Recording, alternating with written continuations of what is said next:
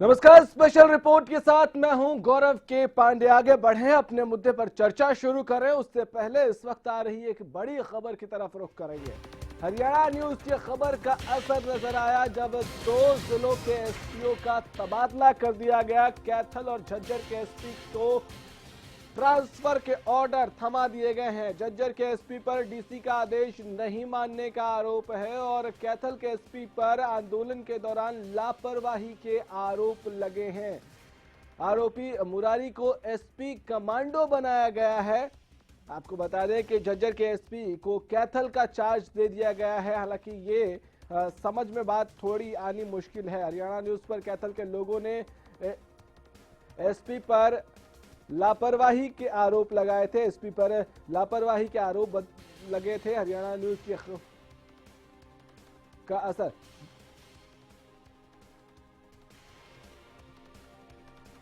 तो हरियाणा न्यूज की टीम जो है वो ग्राउंड जीरो पर कैथल भी पहुंची थी और कैथल जब पहुंची तो एसपी साहब ने क्या कुछ कहा था वो सुनिए जरा। इतने हालात खराब हो गए, पुलिस ने, प्रशासन ने, सबने हाथ खड़े, बिल्कुल सबने हाथ खड़े। एसपी ने तो बुरा हाल कर दिया जमीन। उल्टा हुआ क्या, हमने उनको भगा दिया। यहाँ से हमारी दुकानें बच गई। जैसे ये दुकानें फूक गए थे वो दुकानदार मार्केट हमने बचा ली। उल्टा जो है मेरा ही बाई नाम पर्चा दर्ज कर दिया रामरूप प्रजापति और 250 अन्य दुकानदारों का। हमने बार बार कहने के बाद ये कहता है तुम मेरा तबादला नहीं करा सकते क्योंकि मैं धर्मवीर सांसद का भाइयों की वाणी से। दुकान बंद करके चले गए, बाद में इनका खोल के लूट के आग लगा दी गई। और आपने किसी पुलिस को या प्रशासन को फोन किया, बताया? कोई नहीं आया, सब कुछ शरेआम। हमने एसपी को फोन किया, एसपी दोबारा फोन किया। वो कह रहे जी आ रहे हैं। जब ये सब काम हो लिया बाद में। राकेश गुप्ता हमारे विशेष संवाददाता इस वक्त हमारे साथ फोन लाइन पे। राकेश, क्या अपडेट मिल रहा है मामले में?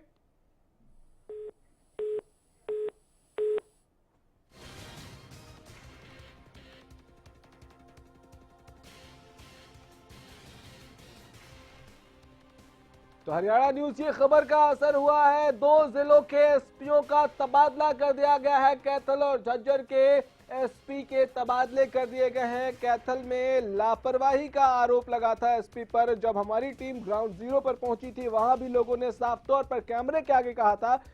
बार बार एसपी को फोन किया गया, उसके बावजूद एसपी ने ये जरूरी नहीं समझा कि वो मदद के लिए सामने आए और झज्जर में जो एसपी थे उनके ऊपर डीसी की बात न मानने का आरोप है और इस आरोप में दोनों जगहों के एसपी को ट्रांसफर कर दिया गया है, तबादला कर दिया गया है। तो आपको बताएं कि एसपी पर लापरवाही बरतने के आरोप लगे थे और हरियाणा न्यूज की खबर का असर होता नजर आया साफ तौर से। जब हम ग्राउंड जीरो पर पहुंचे थे तब भी बाद में इनका खोल के लूट के आग लगा दी गई। और आपने किसी पुलिस को या प्रशासन को फोन किया, बताया? कोई नहीं आया, सब कुछ शरेआम। हमने एसपी को फोन किया, एसपी दोबारा फोन किया। वो कैथल से राजीव परोथिया हमारे संवाददाता इस वक्त हमारे साथ फोन लाइन पे हैं। राजीव, एसपी का तबादला कर दिया गया, लोगों ने बहुत संगीन आरोप लगाए थे जब हमारी टीम वहां पहुंची थी तब। जी बिल्कुल, देखिए हरियाणा न्यूज ने जिस तरह से कैथल में पहुंचकर लोगों के दिल के दुखों को जाना था और काफी खामियों को उजागर किया था, जिसके चलते शायद अब सरकार को आनंद फानन में एसपी का तबादला करना पड़ा है। क्योंकि हरियाणा न्यूज ने चप्पे चप्पे पर जाकर वो हर चीज दिखाई थी जो कि लोगों के साथ बीतती थी। और हालांकि एसपी के खिलाफ काफी दिनों से लोगों में रोष बना हुआ था और लोग इस मामले में कार्रवाई की मांग कर रहे थे। हालांकि लोगों की तो यहाँ तक मांग है कि इस एसपी के खिलाफ मामला दर्ज करके और इनको गिरफ्तार किया जाए, क्योंकि जो कैथल में दंगे हुए उतरे हुए उसमें पुलिस अधीक्षक की पूरी तरह से लापरवाही रही, मिली भगत रही, जिसके चलते लोगों को इतना दुख भोगना पड़ा। जी राजू, बहुत शुक्रिया आपका। तो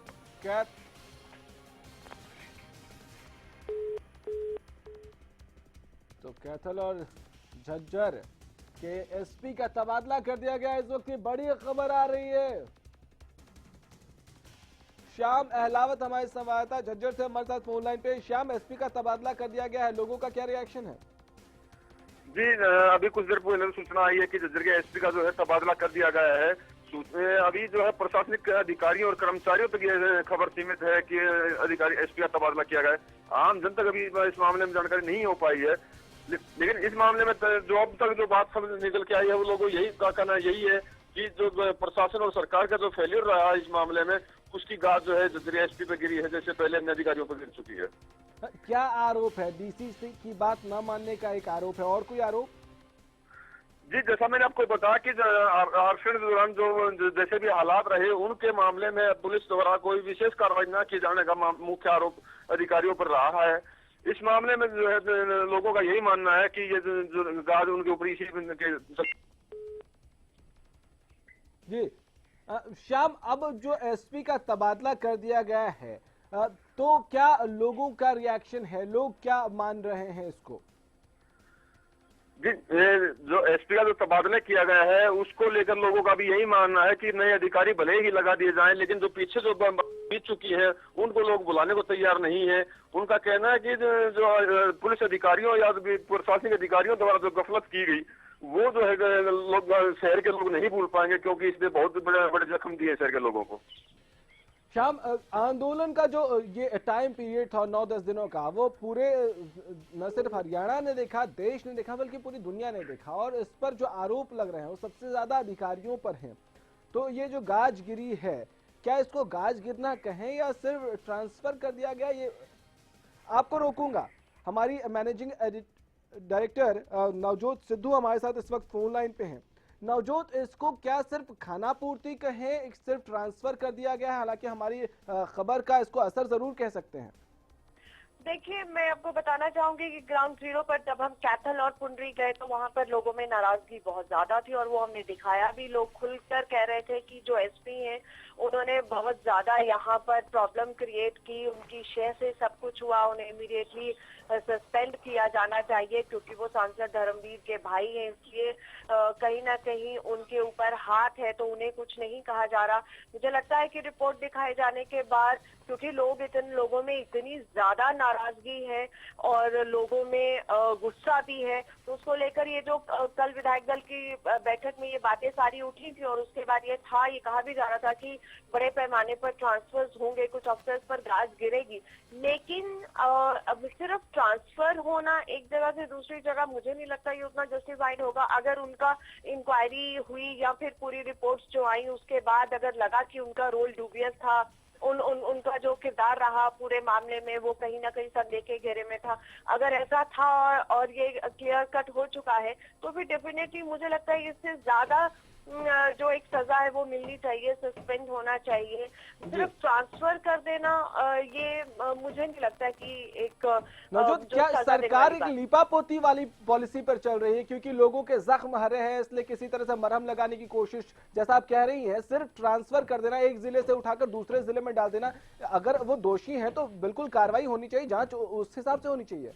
देखिए, लीपापोती मैं ये इतना नहीं कहूंगी कि लीपापोती, सरकार कोशिश जरूर कर रही है कि जख्म भरे जाएं, लेकिन जख्मों में मरहम लगाना और जख्मों का भरना, इन दो बातों में बहुत फर्क है। अभी तो मरहम लगाने चलिए, उसी से थोड़ा रिलीफ जरूर मिलेगा, लेकिन लोगों का जो गुस्सा है, जिस तरह से वो दिखा रहे हैं, जो नाराजगी है, वो एक्शन चाहते हैं। और सरकार कहती रही है कि जो संदेह के घेरे में रहे हैं, जिनकी सिचुएशन ऐसी रही है, जिनके काम पर सवाल खड़े हुए हैं, उनको सजा मिलेगी।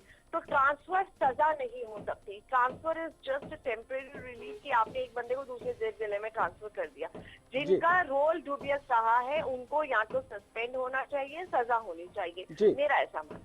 जी नवजोत, बहुत शुक्रिया आपका इन तमाम जानकारियों के लिए। तो कैथल और झज्जर के एसपी का तबादला कर दिया गया है। हरियाणा न्यूज़ की खबर का असर जरूर है, लेकिन सवाल जैसा हमारी मैनेजिंग एडिटर नवजोत उठा रही थी कि या तो उनको आप दोषी मान रहे हैं, उन पर ये आरोप अगर लगे हैं और उन आरोपों में सच्चाई है, तो उनके खिलाफ इंक्वायरी मार्क होनी चाहिए, उनके खिलाफ सजा जो है और कड़े होने चाहिए। सिर्फ तबादला कर देना क्या इसका सोल्यूशन है?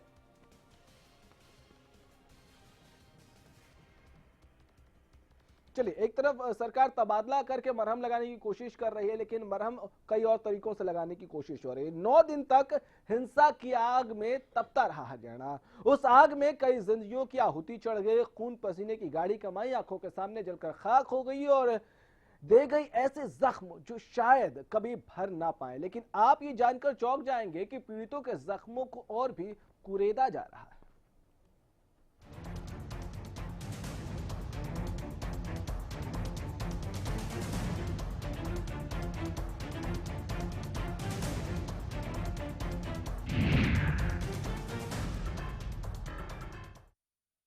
मुआवजा या मजाक, ये बड़ा सवाल है। सरकार अच्छे से जानती है कि हिंसक आंदोलन में आग में कुछ लोगों का सब कुछ स्वाहा हो गया, तबाह हो गया, जिसके मद्देनजर सरकार ने जल्दी से मुआवजा जारी भी कर दिया। लेकिन क्या वो मुआवजा काफी है, ये एक बड़ा सवाल है। पहले ये रिपोर्ट देखिए, फिर विस्तार से चर्चा करेंगे।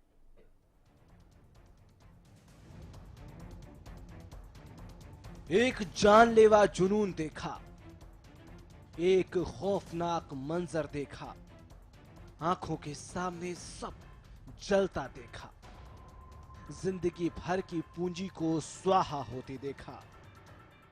जैसे भीड़ आई जी, मिलिट्री की 4 गाड़ी खड़ी हुई थी, उन्होंने हमने कहा भाई हमारी दुकान ताला तोड़ने लग रहे हैं और ये नोला हमारे को कोई ऑर्डर नहीं दे रहा, हम कुछ नहीं कर सकते, जो मिलिट्री वालों ने कहा।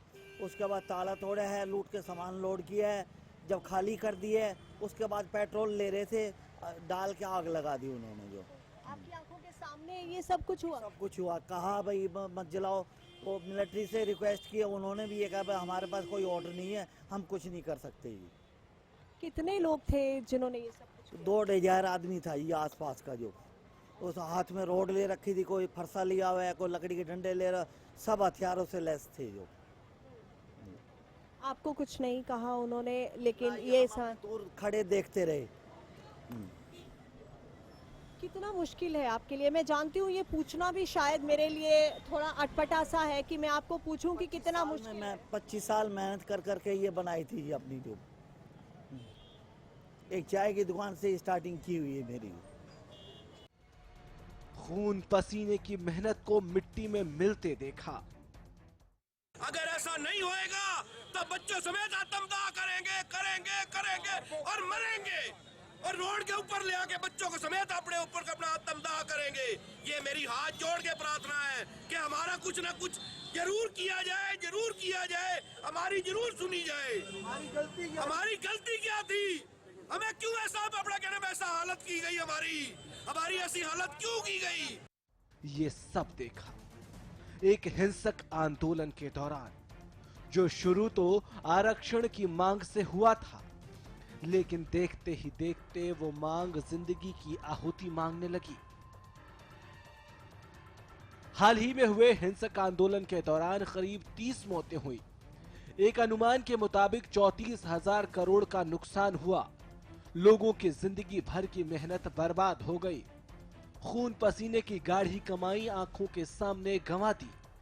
लेकिन अब सरकार ने उन पीड़ितों के जख्मों पर मरहम लगाने के बजाय और भी कुरेदना शुरू कर दिया। हम ऐसा इसलिए कह रहे हैं क्योंकि एक बार फिर पीड़ितों के साथ मुआवजे के नाम पर मजाक शुरू हो गया है। स्व आकलन रिपोर्ट के आधार पर सरकार ने जारी की मुआवजे की 2 किश्त। पहली किश्त में 203 पीड़ितों के लिए 1,12,56,638 रुपए की राशि जारी की गई है। एक आदमी के हिस्से में औसतन 55,000 रुपए आए।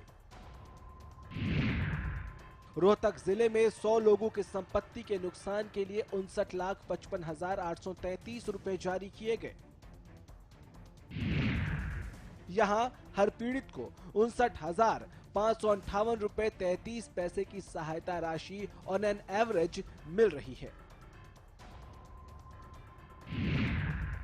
झज्जर जिले में 36 लोगों के लिए 26,55,555 रुपए की राशि जारी की गई। झज्जर में हर पीड़ित को 73,765 रुपए 41 पैसे मिले। सोनीपत जिले के 14 लोगों को 16,22,500 रुपए दिए गए।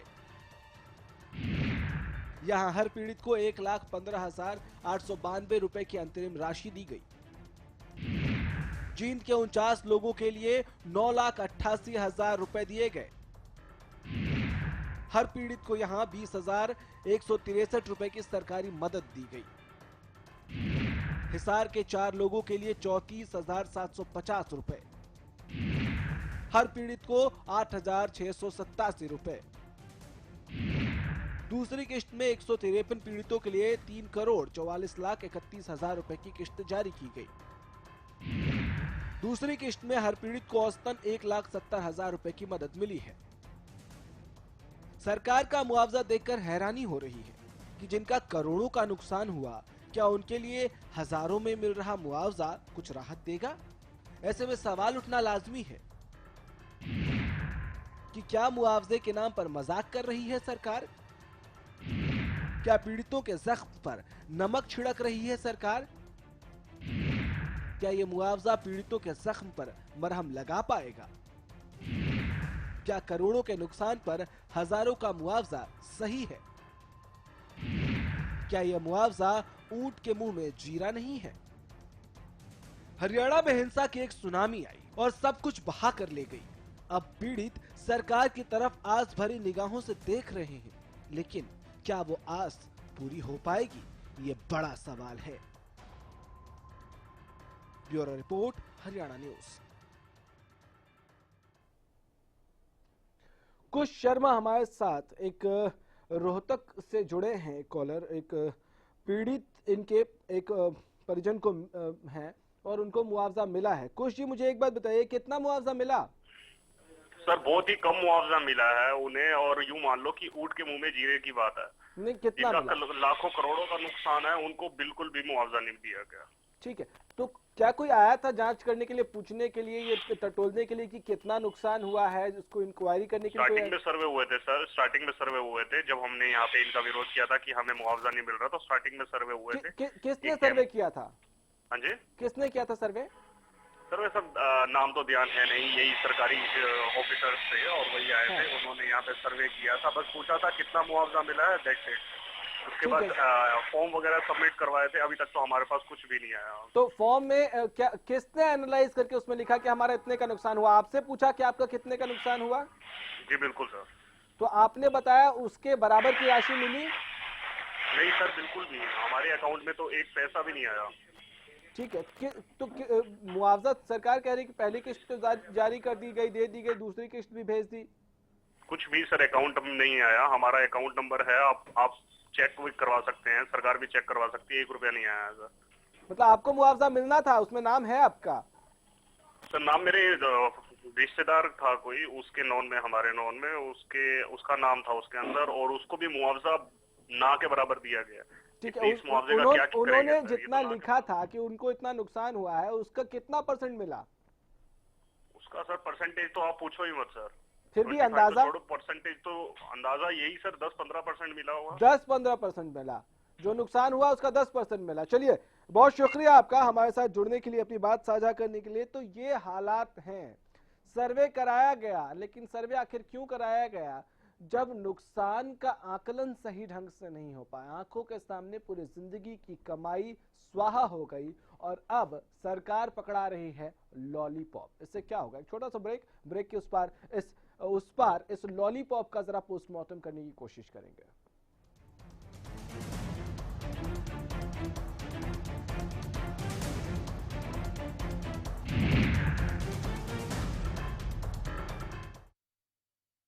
First wish pregnancy test kit अब घर बैठे माँ बनने की खुशी को करें पक्का, सिर्फ 5 मिनटों में। अब आपकी फर्स्ट विश हेल्ब्रेडे फर्स्ट विश। ज्यादातर किसानों ने सरताज जिप्सम को अपनाया। हर बार मेरी जीरी थले डिग जाती सी या कोई बीमारी लग जाती सी, खादा दवाइयां बहुत ज्यादा मारते सी, पर इस साल मैं सरताज जिप्सम का प्रयोग किया है ਤੇ ਮੇਰੀ ਫਸਲ ਬਹੁਤ ਹੀ ਸੋਹਣੀ ਜੋ ਕਿ ਤੁਹਾਡੇ ਸਾਹਮਣੇ ਦਿਖਾਈ ਦੇ ਰਹੀ ਹੈ। ਇਹਦਾ ਰਿਜ਼ਲਟ ਮੈਨੂੰ ਬਹੁਤ ਹੀ ਸੋਹਣਾ ਮਿਲਾ। सरताज जिप्सम नेचुरल इंपोर्टेड सल्फर व कैल्शियम से युक्त। 2016 के लिए ICS कोचिंग सेंटर 50 लाख रुपए की छात्रवृत्ति की घोषणा करता है। अब की बार 12वीं क्लास के पेपर देने वाले छात्र इसमें एलिजिबल होंगे। 1 साल की तैयारी में सरकारी नौकरी पा सकते हैं। फ्री स्कॉलरशिप के लिए फॉर्म ICS कोचिंग सेंटर के ऑफिस में अवेलेबल है। 1 अप्रैल से पहले सबमिट करवाना है। ICS coaching centre free scholarship test लेगा। टेस्ट की भी फ्री तैयारी करवाएंगे। जो स्टूडेंट्स इसमें इंटरेस्टेड हैं वे अप्लाई कर सकते हैं।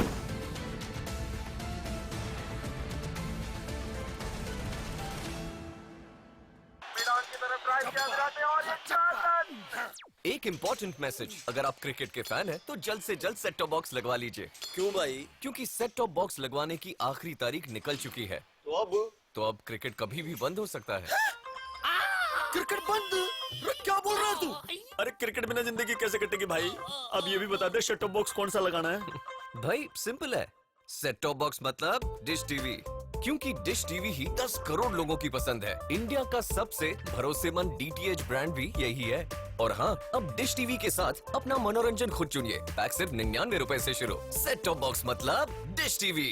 ज्यादातर किसानों ने सरताज जिप्सम को अपनाया। बिल्कुल क्लियरिटी नहीं है, बिल्कुल सफेद सफेद नजर आ रहा। जो मिट्टी में जो कमियां हैं उनको दूर करने के लिए, पोषक तत्वों के लिए सरताज से बढ़िया मुझे अल्टरनेटिव कोई नजर नहीं आया। ज्यादा से ज्यादा सरताज यूज कीजिए। सरताज जिप्सम नेचुरल इंपोर्टेड सल्फर व कैल्शियम से युक्त।